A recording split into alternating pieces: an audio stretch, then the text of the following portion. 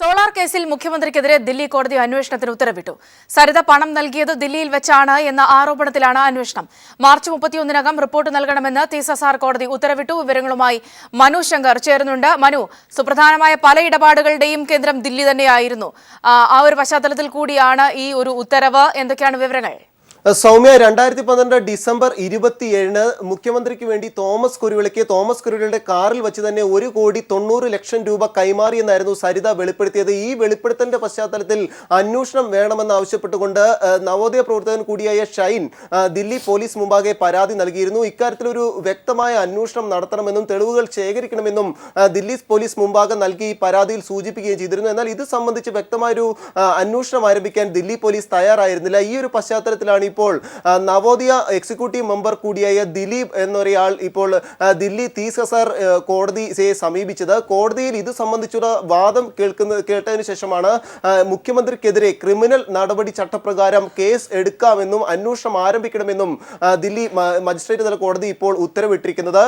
ഇതിൽ തന്നെ ദില്ലി മജിസ്ട്രേറ്റ് തല രാകേഷ് കുമാർ രാംപൗരി മജിസ്ട്രേറ്റ് ഉത്തരവിൽ സൂചിപ്പിക്കുകയും ചെയ്തത് ക്രിമിനൽ ചട്ടപ്രകാരമുള്ള നടപടിക്രമങ്ങൾ പാലിച്ചുകൊണ്ടുള്ള ഒരു അന്വേഷണം മുഖ്യമന്ത്രിക്കെതിരെ നടത്തണം എന്നതാണ് സൂചിപ്പിച്ചിരിക്കുന്നത്. നിലവിൽ മാർച്ച് 31-നകം ഈ അന്വേഷണത്തിന്റെ റിപ്പോർട്ട് സമർപ്പിക്കാനും കോടതി നിർദ്ദേശിച്ചിട്ടുണ്ട്. നിലവിൽ ഇക്കാര്യം സംബന്ധിച്ച് ദില്ലി ചാന്ദ്രി ചൗക്ക് പോലീസ് സ്റ്റേഷൻ മുമ്പാകെ ഷൈൻ എന്ന ഈ നവോദയ പ്രവർത്തകൻ തന്നെ ഒരു പരാതി നൽകിയിരുന്നു. എന്നാൽ മറ്റൊരു സംസ്ഥാനത്തിന്റെ മുഖ്യമന്ത്രിക്കെതിരെ തന്നെ ഇത്തരത്തിലൊരു അന്വേഷണം നടത്തേണ്ടതിന്റെ സാങ്കേതികത്വം എല്ലാം ചൂണ്ടിക്കാട്ടിക്കൊണ്ടാണ് ഈ കേസിൽ നിന്ന് പോലീസ് പിന്മാറി. ഇത് സംബന്ധിച്ച് വ്യക്തമായ ഒരു അന്വേഷണം നടത്താൻ പോലീസ് തയ്യാറാകാതിരിക്കുകയും ചെയ്തത്. ഇത്തരത്തിൽ ചില സാങ്കേതിക പ്രശ്നങ്ങൾ ചൂണ്ടിക്കാട്ടി കേസിൽ വ്യക്തമായ തെളിവുകൾ ശേഖരിക്കാനോ വ്യക്തമായ ഒരു അന്വേഷണം നടത്തുവാനോ ദില്ലി പോലീസ് തയ്യാറാകാത്ത ഒരു സാഹചര്യത്തിലാണ് കോടതിയെ സമീപിക്കുവാൻ ഈ നവോദയ പ്രവർത്തകനായ ദിലീപ് എന്നൊരാൾ ശ്രമം നടത്തിയതും തുടർന്ന് ഈ വാദം കേൾക്കുന്നതിനിടയിൽ കോടതി ഇത് സംബന്ധിച്ച് വ്യക്തമായ ക്രിമിനൽ ചട്ടപ്രകാരം കേസ് എടുത്ത് അന്വേഷിക്കാൻ മുഖ്യമന്ത്രി ഉമ്മൻചാണ്ടിക്കെതിരെ തന്നെ കേസെടുത്ത് അന്വേഷിക്കാൻ ഇപ്പോൾ ഉത്തരവിട്ടിരിക്കുന്നത്. സൗമ്യ, മനു ശങ്കറാണ് വിവരങ്ങൾ നൽകിയത്. സോളാറുമായി ബന്ധപ്പെട്ട പണമിടപാടുകൾ പലതും നടന്നത് ദില്ലിയിലാണെന്ന സരിതയുടെ വെളിപ്പെടുത്തലിന്റെ പശ്ചാത്തലത്തിൽ അതിലേക്ക് തന്നെ വരികയാണ്.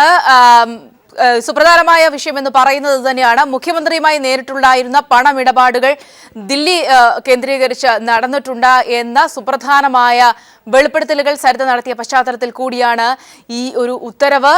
പ്രത്യേകിച്ച് ഈ വിഷയങ്ങൾ അന്വേഷിച്ച ഘട്ടത്തിൽ കേരളത്തിൽ ഈ വിധത്തിൽ കാര്യങ്ങൾ യാതൊരു വിധത്തിലുള്ള അന്വേഷണം പണമിടപാടുകൾ അടക്കം യാതൊരു വിധത്തിലുള്ള അന്വേഷണം പോയില്ല എന്ന സാഹചര്യത്തിൽ കൂടിയാണ് ദില്ലി കോടതിയുടെ ഈ ഒരു ഉത്തരവ് സുപ്രധാനമാകുന്നത്. മനു ശങ്കറിലേക്ക് തന്നെ പോകുന്നു. മനു, ആ വിധത്തിൽ തന്നെ പരിശോധിച്ചാൽ, കാരണം കേസിന്റെ ആദ്യഘട്ടം മുതൽക്കേ തന്നെ പീപ്പിൾ TV സോളാർ തട്ടിപ്പ് പുറത്തു കൊണ്ടുവന്ന ഘട്ടം മുതൽക്കേ തന്നെ മുഖ്യമന്ത്രിയുടെ ഇടപെടൽ, പണമിടപാടുകൾ നടന്നു എന്ന സൂചനകൾ ആദ്യം തന്നെ വരുന്നു. പിന്നീട് കൃത്യമായ തെളിവുകൾ വാക്കുകളായും പലപ്പോഴും പുറത്തു വരുന്നു. ഇപ്പോൾ കമ്മീഷന് മുൻപിൽ വലിയ തെളിവായി തന്നെ എത്തി നിൽക്കുന്ന സാഹചര്യം, ഇതൊക്കെ പരിഗണിക്കപ്പെടാതെ പോയൊരു സാഹചര്യം കേസ് അന്വേഷണത്തിന്റെ ഘട്ടത്തിൽ കേരളത്തിൽ ഉണ്ടായിട്ടുണ്ട്.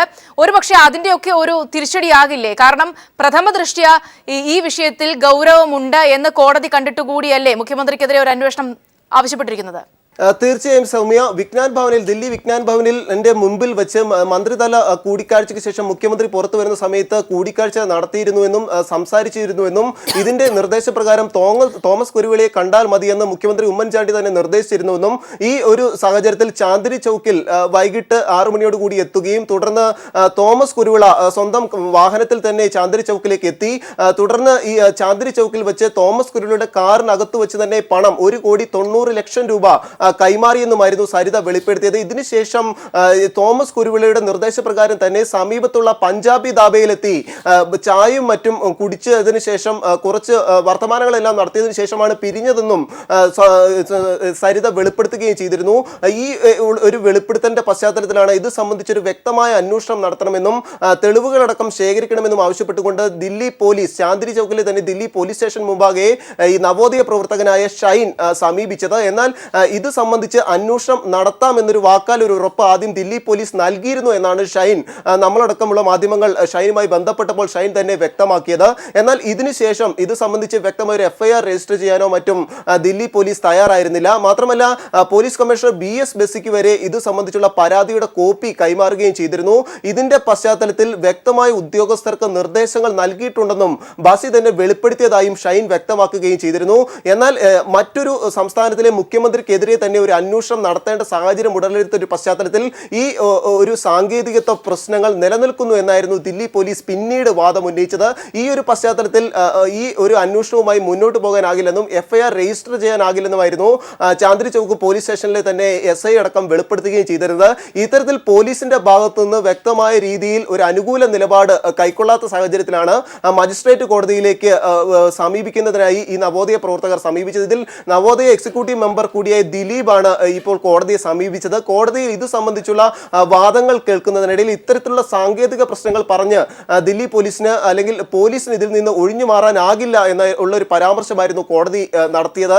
മാത്രമല്ല ഇത് സംബന്ധിച്ച് വ്യക്തമായ ഒരു അന്വേഷണം നടത്തണമെന്നും ഇതിനകം മാർച്ച് 31-നകം ഈ അന്വേഷണത്തിന്റെ പൂർണ്ണ റിപ്പോർട്ട് നൽകണം എന്നുകൂടിയാണ് കോടതി ഇപ്പോൾ നിർദ്ദേശിച്ചിരിക്കുന്നത്. അതിനാൽ തന്നെ ചാന്ദ്രി ചൗക്കിലെ തന്നെ പോലീസ് സ്റ്റേഷനിലായിരിക്കും ഈ അന്വേഷണത്തിന്റെ ചുമതല ഉണ്ടായിരിക്കുക എന്നുകൂടി കോടതി വ്യക്തമാക്കിയിട്ടുമുണ്ട്. സൗമ്യ, മനു, ഒരുപക്ഷെ നമുക്കറിയാം ഈ ഒരു പണമിടപാട് നടന്നത് അല്ലെങ്കിൽ ചില കൂടിക്കാഴ്ചകൾ നടന്നു. സോളാർ കമ്പനിക്ക് വേണ്ടി ചില സൗകര്യങ്ങൾ ദില്ലി കേന്ദ്രീകരിച്ച് ചെയ്തു കൊടുക്കാൻ വേണ്ടി ദില്ലി കേന്ദ്രീകരിച്ച് ചർച്ചകൾ നടന്നു. അത്തരത്തിൽ ഉള്ള കാര്യങ്ങളൊക്കെയും ഈ മെയിൻ കേസിന്റെ ഒരു ഭാഗം മാത്രമാണ്.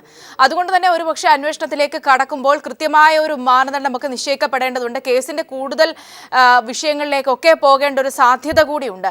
അത്തരം കാര്യങ്ങൾ കോടതി നേരിട്ട് പറഞ്ഞില്ല എങ്കിൽ കൂടിയും അത്തരം കാര്യങ്ങളാണോ പൊതുവിൽ നിയമവൃത്തത്തിൽ നിന്നും അറിയാൻ കഴിയുന്നത്? മനു,